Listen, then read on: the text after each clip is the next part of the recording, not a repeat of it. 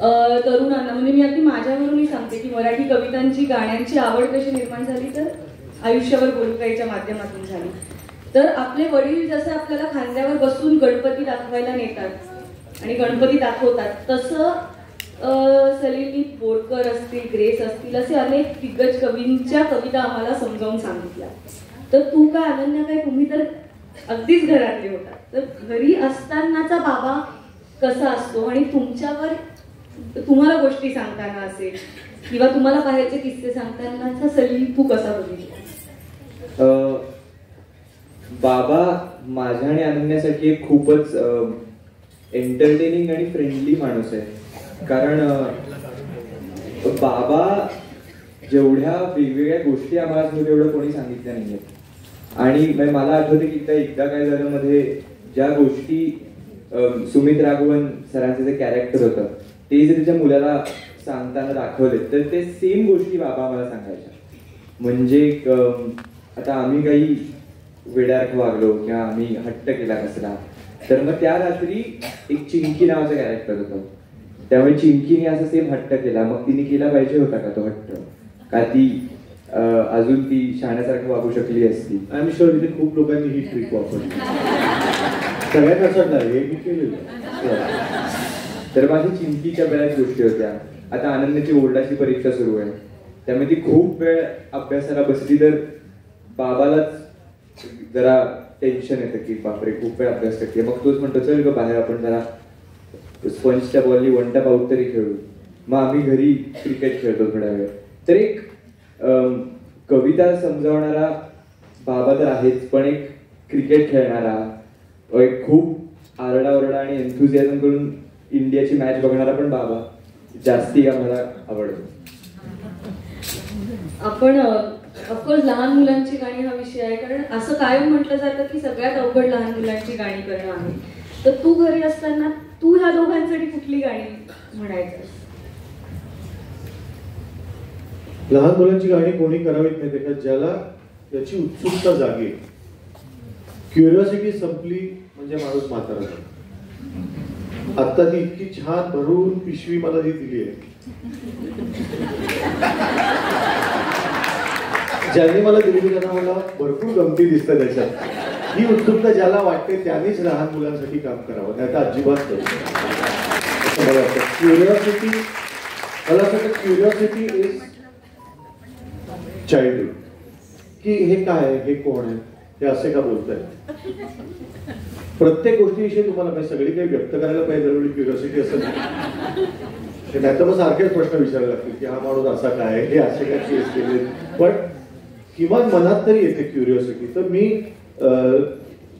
याला स्पेशली मला आठवतंय, मी पहिलीत किंवा दुसरीत असेल शुभंकर, आणि मी त्याला आम्ही ट्रिपला गेलो होतो. तर मी असा प्लॅन केला होता की पुढचे 8 दिवस त्यांनी गोष्ट सांग म्हणली की छत्रपती शिवाजी महाराजांची गोष्ट सांगायची.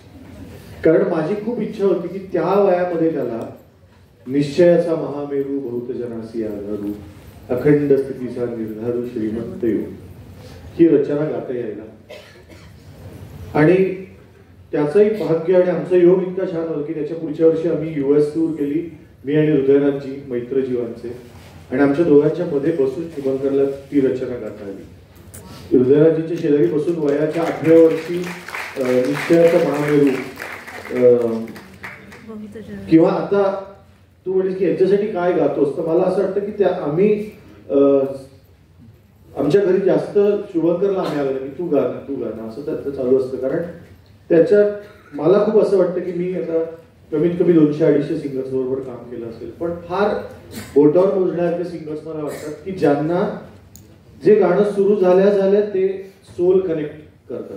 म्हणजे आता समर्थांची आम्ही काही रचना केल्या समर्थ रामदास स्वामींच्या, ते एखाद्या 4 ओळी शुभंकरकडनं मलाच ऐकायला आवडतील, कारण माझ्यासाठी ते खूप एक आपण म्हणतो ना स्ट्रेस बस्टर असतं ते त्या रचना. तर तशा रचना जास्त आम्ही घरी गातो, समर्थांच्या किंवा छत्रपती शिवाजी महाराजांच्या, किंवा जॅमिंग करताना पण मी काहीतरी मराठी गाताना हिंदी काय सुचतंय, इंग्लिश काय सुचतंय, किंवा तो इंग्लिश गाताना मला त्याच्यातनं मराठी काय आठवते. म्हणजे आम्ही एकदा मी तुकाराम महाराजांचा अभंग गात होतो, मन माझे चपळ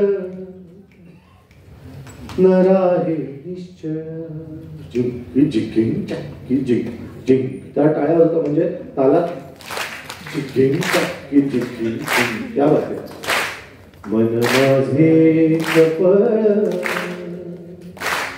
न राहे निश्चय घडिये की पळशीर नाही घडिये की पळशीर नाही मन माझे चपळ. हे गाताना त्याला अचानक असं वाटलं की हे मनावरच गाणं मॅच होतंय का हा रिदम आहे. तुम्ही रिदम चालू ठेवा. कागज के दो पंख लेके उड़ा चला जाए रे जहाँ नहीं जाना था रे वही चला है रे उम्र का ये ताना बाना समझ न पाए रे जो बापे जो मोह माया नमक लगाए रे किले के न भारे न जाने न गाए रे दिशाहारा का मोंडो का मोंटाए वनवासी चपळ. फक्त लॉजिक हे कशालाही काही नाही जोडायचं. केवळ ठेकायचं म्हणून याच ठेक्यामध्ये परिणूम आहे पण येतं. हा म्हणजे कसला द्यायचा ना तो ऍक्च्युली तुमच्या संवेदनशीलतेचा द्यायला पाहिजे की कळणं जे असतं ना. आता हळूहळू नेक्स्ट जनरेशन मध्ये चांगली भाषा चांगली पुस्तकं चांगले चित्रपट त्याला चांगले प्रेक्षकही आपण तयार करायला पाहिजे. म्हणजे माझ्याकडे गाणं शिकायला जी मुलं येतात मी त्यांच्या पालकांना सांगतो की हे बघा तुम्हाला हे खात्री देतो की तुमचा मुलगा चांगला गाईल आणि समजा खूप चांगला नाही गायला तो उत्तम प्रेक्षक तो होईल ही जबाबदारी माझी. कारण प्रेक्षक पण पाहिजे पुढच्या पिढीमध्ये नाहीतर फक्त चांगले आर्टिस्ट होऊन ऐकणार पण असंही आहे. त्यामुळे हे जे आता मी समर्थांचा मुद्दा याच्यासाठी सांगतो की सज्जनगडावर तिथलं शूटिंग करून तिथली मंडळी जी रील्स करतायत ती सध्या सगळी शुभंकरच्या गाण्यावर करतायत. याचं कारण त्याच्यात काहीतरी तुम्ही म्हणलं ना की त्या एकतर समर्थ रामदास स्वामींचे शब्द तुम्ही कदाचित भीमरूपी मी केलेलं ऐकलं असेल परत एकदा काय झाल्यासाठीच केलं होतं की मला लहानपणापासून असं वाटत होतं की भीमरूपीची चाल हवी. आणि आता ती खूप लहान मुलं आंतरशालेय जी स्तोत्रांची स्पर्धा असते त्या स्पर्धेत पण या माझ्या चालीत भीमरूपी म्हणतात त्याचा खूप आनंद आहे. कारण ती म्हणलं तर सिंपल चाल आहे की भीमरूपी महारुद्रा वज्र हनुमान मारुती वनारी अंजनी सुता रामदूता प्रभंजना महाबली प्राणदाता सकळा उठवी बळे सौख्यकारी दुःखहारी दूत विश्वनायका भीमरूपी महारुद्रा. तर हे नेक्स्ट जनरेशनला फक्त एकच आहे की नेक्स्ट जनरेशनच्या बाबतीत एक मी पाळतो या दोघांना मी कधी भाषण देतो. कारण जनरली पेरेंट्स काय करतात माहिती का त्यांच्या सोयीनी की आज काही नाही येत चला जरा मुलांना 4 गोष्टी हे फार भयानक आहे की आज काही नाही येतं म्हणून मुलांना कुठलं लेक्चर देतात. कारण लेक्चर देताना आपणही तुम्ही जर आठवत असाल आपण शाळेत असताना भाषण सुरू झालं की आपण सतरंजीचे दोरे काढायचो किंवा पुढच्याच्या शर्टवर डिझाईन हेच आपण केलेलं आहे सगळ्यांनी. म्हणजे शाळेत बोलतोय म्हणून मी शाळेतलं उदाहरण देतो. आणि मला फार चांगला योगायोग वाटतो की माझ्या आईची शाळा. आई माझे सगळे म्हणजे माझा मामा हिंदुबानी माझा आजोळ असल्यामुळे मी इथे फार लहानपणापासून येतो आणि ही आईची शाळा आहे माझ्या अनेक बहीण भावांची शाळा आहे. त्यामुळे मी इथे मधली सुट्टीचा एपिसोड पण केला होता झी मराठीसाठी. आणि तर त्याच्यामुळे पेरेंटिंग मध्ये मला ते सगळ्यात महत्वाचं वाटतं. माझ्या भाच्याने मला छान प्रश्न विचारला होता की मामा तुला पण असं होतं का. मी म्हटलं काय रे. तो म्हणला की कोणी असं भाषण द्यायला लागलं ना की तो म्हटलं पहिली 2-3च वाक्य नीट ऐकू येतं. म्हणजे हे बघ आत्ताची जी वर्ष आहे ती महत्वाची आहे आयुष्यात मी एक लक्षात ठेव इथपर्यंत तो म्हटलं ऐकू दे. नंतर तो म्हटलं मला म्युझिक ऐकू दे नुसतं तसं चेहरा हालताना दिसतो. म्हटलं हे सगळ्यांना होतं. काही लोक ते लपवतात आणि हो हो हो हो म्हणतात. तर मुळात मला असं वाटतं की मुलांना गोष्टी सांगाव्यात. मी यांना खूप गोष्टी अजूनही गोष्टी सांगतो. स्टोरी टेलिंग सारखा इंटरेस्टिंग फॉर्मॅट नाही असं मला वाटतं. आणि म्हणून मला एकदा काय झालं त्या फॉर्मॅटवर फिल्म करायची होती. म्हणजे शुभंकरलाही मला खात्री आहे लहानपणापासूनच्या अनेक गोष्टी आठवत असतील सांगितल्या. तू आता स्टोरी टेलिंग बद्दल बोललास आणि मराठी भाषेबद्दलही बोललास. मला आठवतं आत्ता आपल्याकडे जे 98वं मराठी साहित्य संमेलन झालं त्यात डॉक्टर तारा भवाळकर काही फार सुंदर बोलल्या होत्या की आपली मराठी भाषा जी आहे ती जैविक आहे, ती जिवंत भाषा आहे. त्याचा उगम कधी झाला तर जेव्हापासून शाळा सुरू झाल्या तेव्हापासून मराठी साहित्याचा उगम झाला का तर नाही. तो उगम तेव्हा झाला ज्या क्षणी आईने आपल्या मुलासाठी पहिली ओवी म्हटली, तिथून मराठी भाषेची सुरुवात झाली. त्यामुळे असे जर संस्कार प्रत्येक घरात होत असतील तर आपली मराठी भाषा ही वर्षानुवर्ष अशीच राहील. आणि आज आपल्या भाषेला नुकताच अभिजात दर्जाही मिळालेला आहे. त्यामुळे आपण संस्काराबद्दल बोलतोय, तू आईचा उल्लेख केलास की ही आईची शाळा होती. तुझ्यावर हे सगळे संस्कार कसे होत गेले? खरंच संस्कार ही काही अशी समोर बसून भाषण द्यायची गोष्ट नाही, ती फार नकळत व्हायची गोष्ट आहे. आपण आपल्या ड्रायव्हरशी कसे वागतो हे मुलं बघत असतात, ते तशा पद्धतीने त्यांच्या सबऑर्डिनेटशी वागतात. आपण आपल्या आता मी समजा माझे म्युझिशियन्स जे मित्र आहेत यांनी तर लहानपणापासून बघितलं असतं की टूरवर अमेरिकेला गेल्यावर बाबा वेगळ्या हॉटेलमध्ये राहतो, म्युझिशियन्स वेगळ्या हॉटेलमध्ये, तर तो पण तसा बनला असतो. त्याला हे माहिती आहे की स्टेजवर बसेपर्यंत कोण गायक आहे आणि कोण साथीदार आहे हे कळायलाच नको, इतके सगळे एका लेवलला असतात, कारण सगळेच आर्टिस्ट महत्वाचे असतात असं मी म्हणतो. असं कोणी मुख्य कलाकार आणि साथीदार हे मी मानतच नाही, कलाकार असतात सगळे. आणि म्हणूनच कदाचित 2000 साली किंवा 2001 साली माझ्याबरोबर जो तबलजी वाजवायचा तोच कालही रात्री तोच तबल्याला होता. आता 25 वर्ष झाली एकच तबलजी असणं हे आजची खूण आहे की ती फॅमिली बनते. त्यामुळे मला संस्कार माझ्यावर पण जे झाले ते आईनी मला, म्हणजे माझे वडील फार लहानपणी गेले तर आईनी ज्या पॉझिटिव्हिटीनी वाढवलं. कारण तुम्ही बघा, तुम्ही विचार करून बघा की MBBS झालेला मुलगा MBBS झाल्या असं म्हणतो की आता मी डॉक्टरी नाही करत, हे किती शॉकिंग आहे. पण माझी आई म्हणली की मग तू काय करणार आहेस, तर मी म्हटलं मला तू 1-2 वर्ष दे, मी म्युझिक करून बघतो, नाही जमलं तर MBBS तर केलंय मी. पण आईने तेव्हा आईला शक्य होतं ते ताणून धरणं, इमोशनल ब्लॅकमेल वगैरे करणं, पण आईने नाही केलं. म्हणून मी जे काही करू शकलो गेली 25 वर्ष ते त्या क्षणाला ते मी आईला क्रेडिट देतो की आईने ते इमोशनल ब्लॅकमेल नाही केलं. आणि मग मला असं वाटतं की मी तेच करायला पाहिजे. म्हणजे आपल्या इकडे अजूनही इथे उद्योग शिकायत म्हणून मी मुद्दाम हे नमूद करतो की अजूनही आपल्या इकडे खरंच समाज बदललाय का तर नाही बदललं. तर दाखवतात लोक असं काय स्त्री पुरुष सेम वगैरे नाही. मला अजूनही लोक विचारतात की तुमच्याकडे जरा उलटच आहे ना, म्हणजे मुलगा गायक आणि मुलगी क्रिकेटर. तुम्ही त्यांना म्हटलं कसं काय उलट, कसं मला काही कळलं नाही. उलट म्हणजे तसं नव्हतं म्हणायचं. म्हणजे त्यांना एकदम लक्षात येतं की बापरे, म्हणजे आता आपण फार बुरसटलेले तसं कळलं यांना. तर ते जे वरवर मॉडर्न असणं किंवा वरवर व्यापक दृष्टी असणं हे फार डेंजरस आहे. मला असं वाटतं की आतून तुम्हाला बदलायला लागेल. आणि ती माझ्या आईने मला सांगितलं की नाही तुला हे पाहिजे ना करून बघ. आणि मी ते माझ्या मुलांच्या बाबतीत पण ते केलं की त्यांना प्रत्येक मुलाची आणि प्रत्येक फुलाची उमलायची वेळ वेगळी असते. सगळी मुलं 16व्या वर्षी 18व्या वर्षी सक्सेसफुल होते, कोणी 25व्या वर्षी, कोणी 30व्या वर्षी. मी अजूनही यांना विचारतो ऑल गुड स्माईल आहे ना चेहऱ्यावर. एक दर 4 दिवसांनी दोघांनी मी एकच प्रश्न विचारतो, मग काय अभ्यास चाललाय ना, आपल्याला बघ ना 85.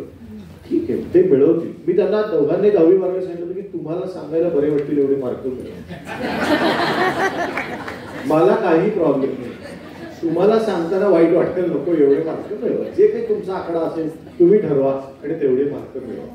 कारण आपल्या इथे आता ना साधारण 5वी-6वी पासूनच IIT वगैरे, त्या मुलाला IIT म्हणजे काय पण माहिती नसतं.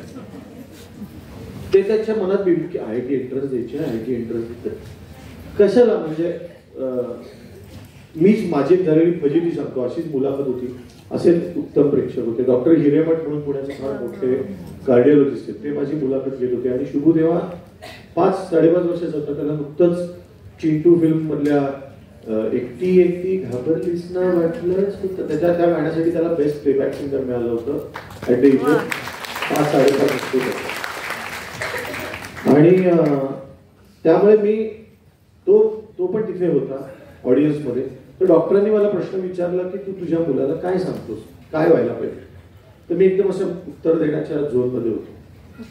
तर मी म्हणलं, मी त्याला सांगितलंय की तू काही कर पण उत्तम कर.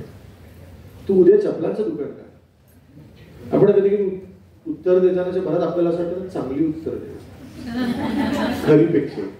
There is a difference between चांगली उत्तर आणि खरी उत्तर.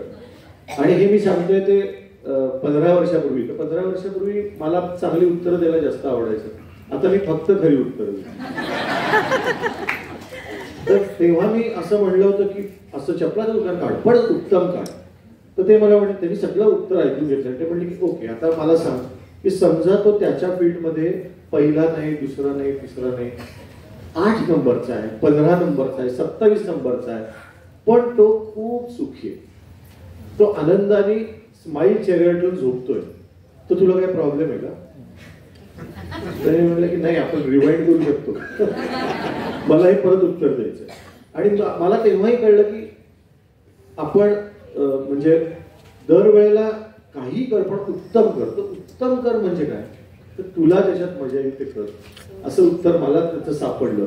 आणि आता त्यालाही हे माहितीये की मी पण 10 प्रोजेक्ट पैकी 4लाच हो म्हणतो, 6ला नाही म्हणतो, कारण मला माहितीये की मला मजा नाही येणार. आणि मजा येणार नाही तर कशाला करायचं. म्हणजे आता इथे सगळे उद्योजिक आहेत, त्यांना करोडो अब्जावधी रुपये मिळवत ही त्यांना शुभेच्छा. पण एका याच्यानंतर नुसती शून्य वाढवण्यापेक्षा मला असं वाटतं की सुंदर मोमेंट्स गोळा कराव्यात. कारण म्हातारपणे आराम खुर्ची टेकून बसल्यानंतर त्या सुंदर क्षणच आठवणार.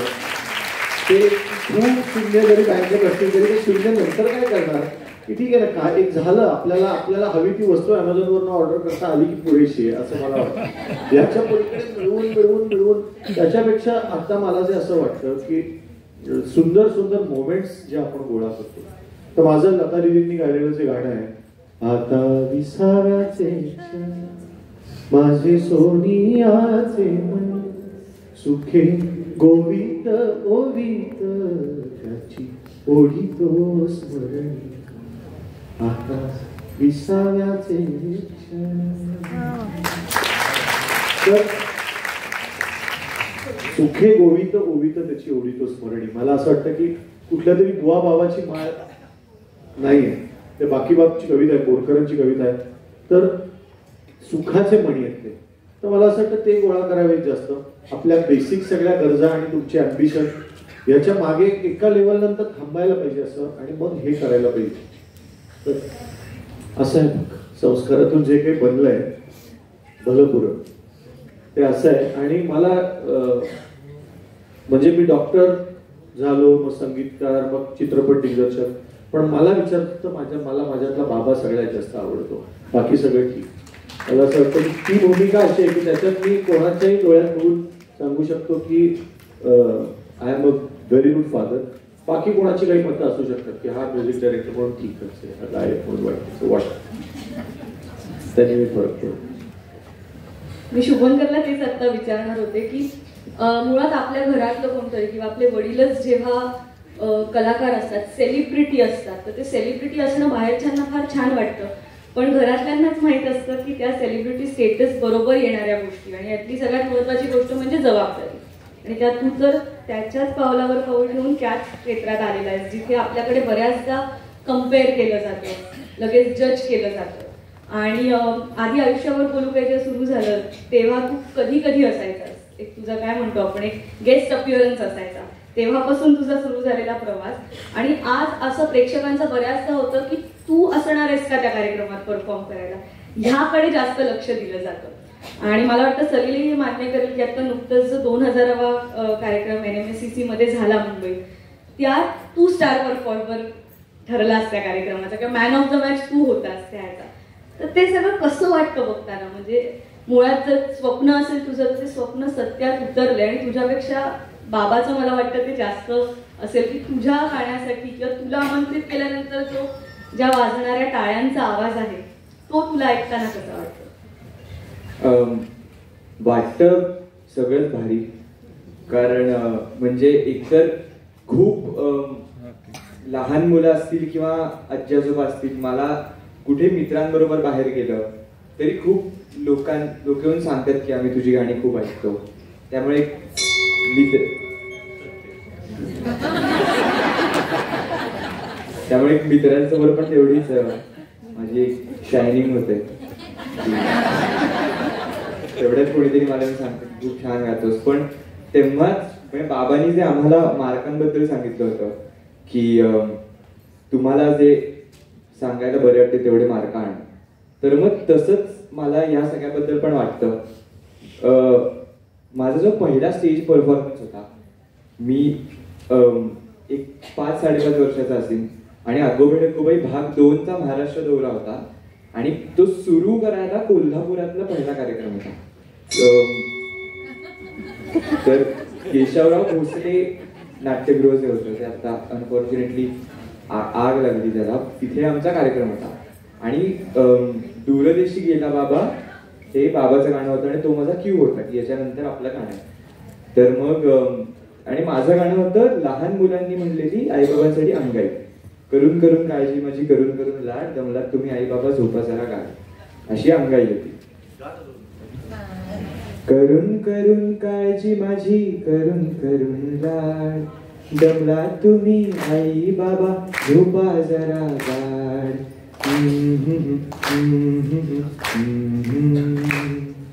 घट्ट मिटा डोळे तुम्हा कुशीमध्ये घेतो, पांघरायाला माझं मऊ पांघरुण देतो. झालो आता मोठा सांगा छळेल तुम्हा कोण, आई बाबा तुम्ही आता मुलं माझी दोन. पाहू नका असे आता नाते झाले नवे, मात्र आता तुम्ही माझे ऐकायला हवे. का रे बाबा मिशी मध्ये हसतो सहसा, आई बघा रडू लागे डोळे तिचे पुसा. हात जोडे आई, हात जोडे आई बाबा म्हणतो लबाड, दमला तुम्ही आई बाबा झोपा जरा गाड.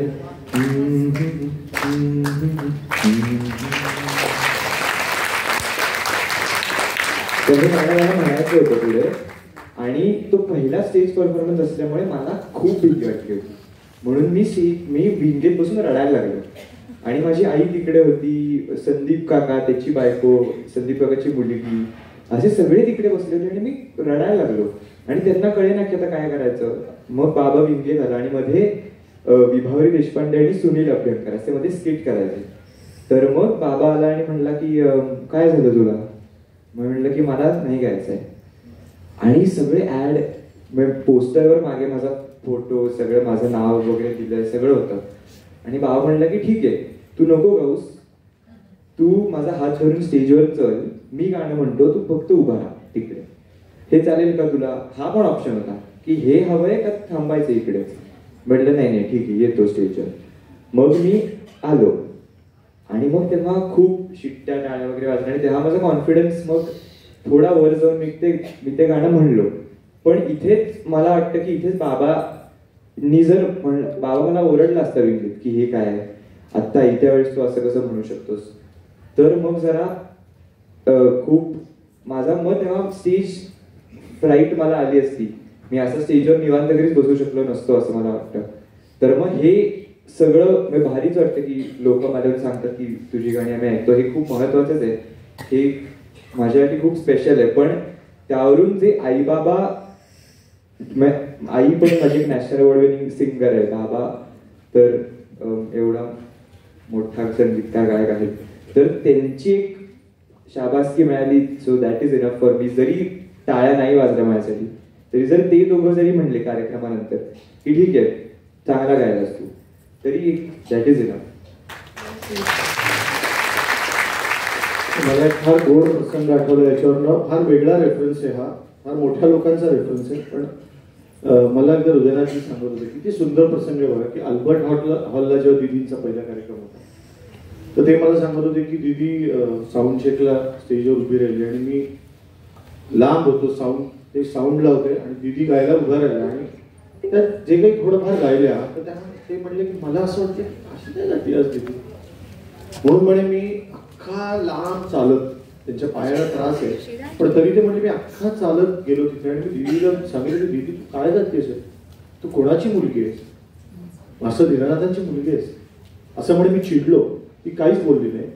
आणि नंतर 1-2 तासांनी कार्यक्रम सुरू झाला आणि पहिल्यांदा त्यांनी तो पहिला सा लावला आणि ते म्हणले, ते इतकं मला व्हिज्युअल अजूनही डोळ्यासमोर येतं ते सांगतात ते, की ते म्हणले हजारो लोक होती, पण त्या हजारो लोकांच्या थ्रू दीदींनी हृदयनाथजींकडे लांब बघितलं आणि फक्त असं विचारलं. त्या घरातल्या मुलांचं अक्षरही वेगळं दिसतं असं माझं अत्यंत स्पष्ट म्हणणं आहे. की आजी म्हणजे याला थोडा खोकला झाला तर आई मला ओरडते माझी, की तुला कळत नाही, त्याला तू ऑर्डर केलंच तसं बाहेरून, तो लाख म्हणेल, तुला कळायला पाहिजे ना. असं कोणीतरी तुम्हाला सतत सांगणार. मला असं वाटतं की ऍज अन आर्टिस्ट आणि ऍज अ पर्सन तुम्हाला सतत अन्सरेबल वाटणं फार आवश्यक आहे, उद्योजक म्हणून सुद्धा.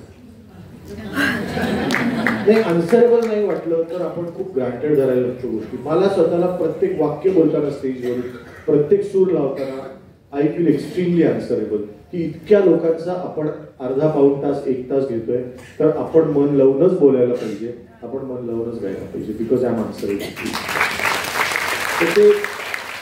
ते फार मला महत्वाचं वाटतं अशा वेळेला. आणि उद्योजक आहे म्हणूनच मी हेही विचारणार होते की आपण कलाकार म्हणून सुद्धा आपल्याला एक उद्योजक दडलेला असतो, असावाच लागतो. इतक्या वर्षाची तुझी कारकीर्द आहे, पुढच्या वर्षी 30 वर्ष पूर्ण होतील तुझ्या कारकिर्दीला, तर तू कला आणि व्यवसाय ह्याची सांगड इतके वर्ष कशी घालत आलेला आहेस? कारण तू नेहमीच वेगवेगळे उपक्रम करताना पाहायला मिळालेस, किंवा इंटरनेटचा वापर असेल, अभिजात सारखी सिरीज जी तू केलीस ज्यातनं सोशल मीडियाच्या माध्यमातून, म्हणजे एकीकडे आपण सोशल मीडियाचा लोक चुकीचा वापर करताना आपण बघत असतो, पण इथे इतका चांगला वापर झाला की या सिरीजच्या निमित्ताने जगभरात असलेल्या काही लोकांना त्यांची ओरिजिनल गाणी त्यांच्या नावावर झाली. मी त्यांना सांगतो काय प्रोजेक्ट केलं होतं ते. तुम्हाला बघा असेल तर प्रोजेक्ट माझ्याबरोबर करायचं असेल तर इथे खूप स्पॉन्सर्स आहेत. धरोहर जसं जसं हा थॉट आहे तशी अभिजात अशी कल्पना होती की मला नेहमी असं वाटतं की मला नवीन साल सुचल्यानंतर नेहमीच 100 गायक डोळ्यासमोर मी आणतो की याच्यापैकी कोणाच्या आवाजात चांगलं वाटेल. पण जगात किती गायक आहेत चांगले चांगले. तर मी फेसबुकवर गाणं एक पोस्ट करायचो आणि ते जाहीर करायचो की सगळ्यांनी हे गाणं गाऊन इथेच पोस्ट करा, म्हणजे ओपन ऑडिशन, सगळ्यांनी सगळ्यांचं ऐका, ज्याच्या आवाजात ते बेस्ट वाटेल ते त्याचं गाणं, त्या सिंगरला ते गाणं. अशी 12 गाणी, 12 वेगळी, आणि न्यूजर्सी पासून ऑस्ट्रेलियापासून सगळीकडनं सिंगर आले गायला आणि त्यांनी ती गाणी गायली. सो ते मला असं वाटतं की आणि याला मी संधी देणं म्हणत नाही, मी याला गायक आणि गाण्याची गाठ घालून देणं म्हणतो. संधी कोणीच कोणाला देत नाही, चांगलं असतं म्हणून त्यांची भेट होते असं मला वाटतं. तर असा हा वापर होता. आणि तो उद्योगाविषयी म्हणजे तर मला असं वाटतं की लॉकडाऊननी आम्हाला सगळ्याच कलाकारांनी सगळ्यांनाच हे शिकवलं की तुमच्या मिनिमल गरजा काय असतात, आणि त्या माझ्या सुदैवाने पहिल्यापासूनच आहे.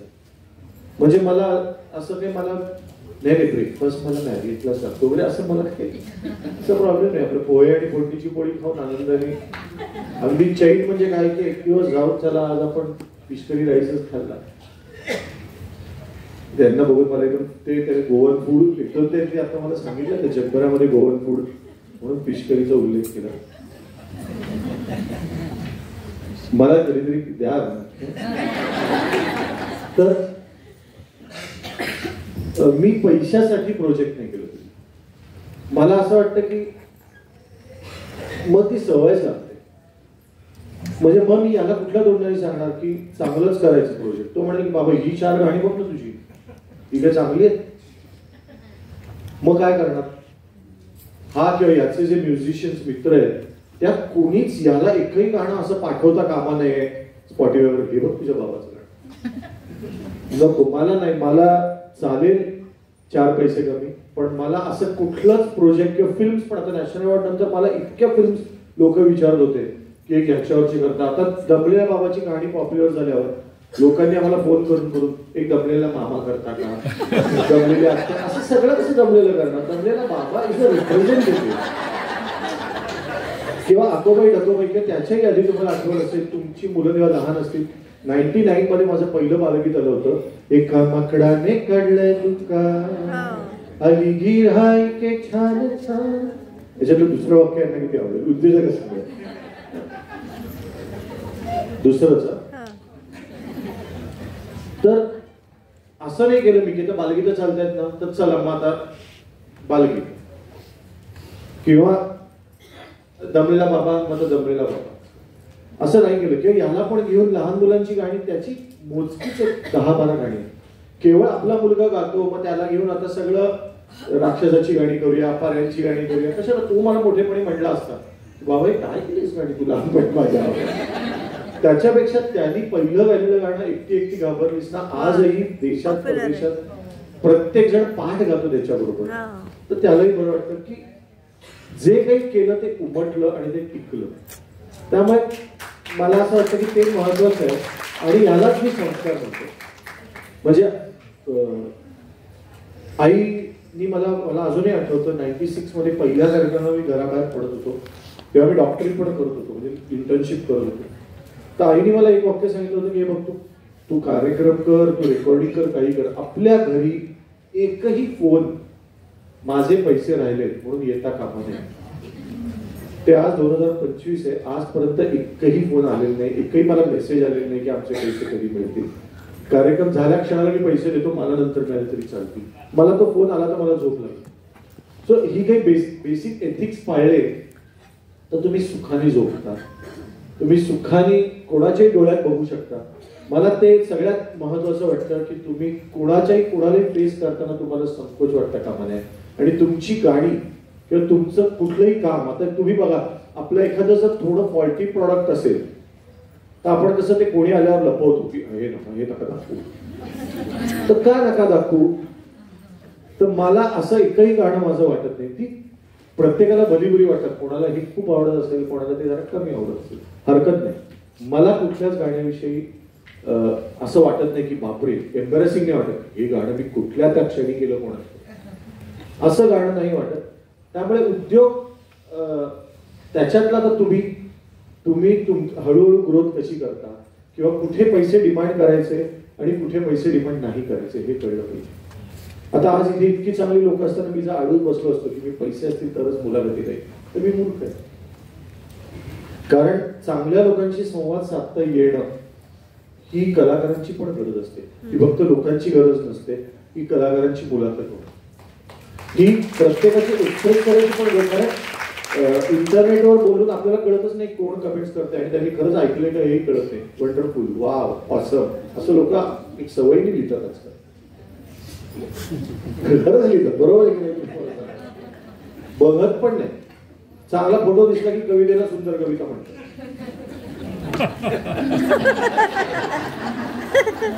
खरं ते खरं आहे, कविता वाचत पण नाही अर्ध्यापेक्षा जास्त लोक. 3:10 झाले ना, मला चिठ्ठी आली की पहिल्यांदा असं वाटतं की चला आवरा. नाही अर्थात आपली बॅटिंग आहे इंडिया न्यूझीलंड मध्ये, त्यामुळे माझं लक्ष पूर्ण आहे. तुम्ही बघितलं नाही टॉस माहिती नाही, पण मी बघितलं आतमध्ये बसून की टॉस झालाय आणि आपली पहिली बॅटिंग आहे. तर पडतो त्याला आईची आठवण येते. म्हणून तो आईला म्हणतो की आई बाबा टूरवर गेले, तू घरी एकटी आहेस, तू बघ भीती वाटत असेल तुम्ही यायला तयार. इथे खरं ते गाणं आहे की खिडकी वाजली नुसती तरी धडपडून उठेल, घाबरून जाईल अंधारात रडत पिडत बसेल. याचा पाठ मी गातोय, त्यानंतर आईचा पाठ करा. आता आमचं नातं असं आहे. खिडकी वाजली नुसती तरी धडपडून उठेल, घाबरून जाईल अंधारात रडत पिडत बसेल. म्हणून आलो आता काही घाबरायचं नाही, कुशीत घेऊन झोप मला म्हणजे काळजी नाही. एकटी एकटी घाबरलीस ना वाटणंच होतं, म्हणूनच तर सोडून तुला लांब गेलो नाही. ना ना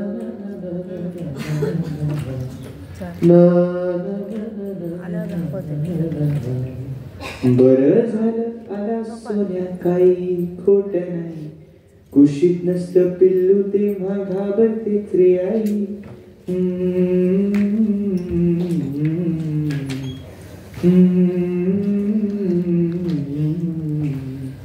बिचारांनी साऱ्या कसं गलबलायला होतं. अंधार असतो फार मोठा, पिल्लू असतं छोट, नाजूक नाजूक त्याचा जीव, नाजूक नाजूक मन, कोळी का सोसेल कसे भविष्याचे घण. लहान आहेस तोवर निदान कुशीत घेता येईल, मोठा होशील उडून जाशील तेव्हा काय होईल. कोण असशील कुठे येशील करशील काय तेव्हा, लहान होऊन कुशीमध्ये शिरशील काय तेव्हा. माझा आहेस अजून ये रे माझ्या पाशी राहा, अंगाईच्या कुशीमध्ये छान स्वप्न पहा. मोठी होतात मुलं, मोठी होतात मुलं, आई मोठी होत नाही. मोठी होतात मुलं, आई मोठी होत नाही. कुशीत नसतं पिल्लू तेव्हा घाबरतेच रे आई.